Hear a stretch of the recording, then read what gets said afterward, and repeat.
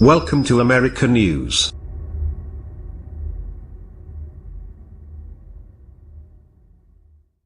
Photo Michael Dwyer, Associated Press. Several New England Patriots players kneeled during the national anthem last weekend. They aren't delivering the devastating rebuke to President Donald Trump that they may imagine. Several New England Patriots players kneeled during the national anthem last weekend. They aren't delivering the devastating rebuke to President Donald Trump that they may imagine. Photo Michael Dwyer, Associated Press. Old Glory deserves veneration. Old Glory is almost certainly the most honored flag in the world. The political scientist Samuel Huntington marveled at its place in our national life. We pledge allegiance to it. The national anthem celebrates it. An incredibly elaborate code stipulates how it is to be displayed, handled and maintained. It even has its own holiday. Since the Civil War, Huntington wrote, Americans have been a flag-oriented people. The Stars and Stripes has the status of a religious icon and is a more central symbol of national identity for Americans than their flags are for peoples of other nations. The NFL players who kneel during the national anthem, a phenomenon that increased exponentially after President Donald Trump colorfully demanded that they stand, are disrespecting the most potent and enduring national symbol of the most patriotic nation on earth. Not only are they wrong to do so, they aren't delivering the devastating rebuke to Trump that they may imagine. The power of national, or imperial, symbols isn't anything new. The Romans couldn't abide the collective disgrace of losing their standards to the enemy in battle and would undertake great exertions to win them back. The American flag is layered with history and meaning. As Tim Marshall recounts in his book A Flag Worth Dying For, its roots probably reach back prior to the country's independence.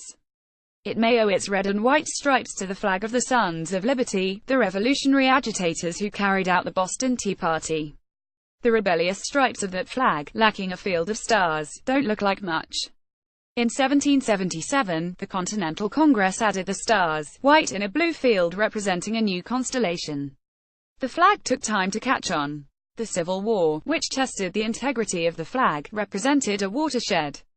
It came to be known as Old Glory at this time courtesy of a cuss merchant seaman named William Dwyer, who demonstrated a characteristic American attitude to the Stars and Stripes. Dwyer had retired to Nashville, Tennessee, with his flag still in his possession. When local Confederates demanded that he hand it over, he replied that they were welcome to take it, over his dead body.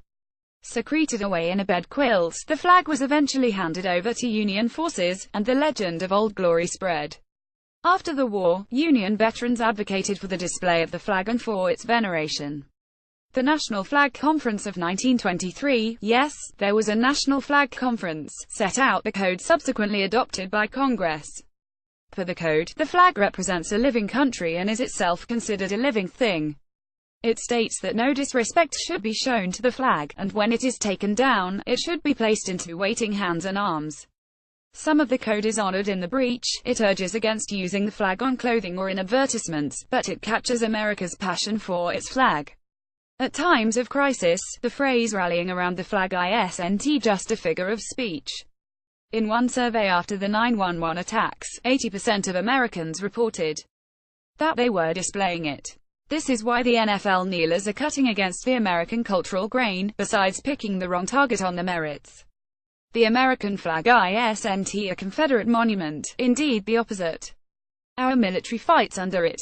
The flag drapes the caskets of the fallen and is folded in a solemn ceremony at military funerals, with practically every movement fraught with religious and patriotic meaning. It is not to be trifled with, unless you intend to insult the country for which it stands. When William Dwyer transferred control of his flag to Union troops, he is reported to have spoken triumphantly, with tears in his eyes. So many years later, Old Glory still elicits the same heartfelt sentiment. May it always. Comments. Lowry at nationalreview.com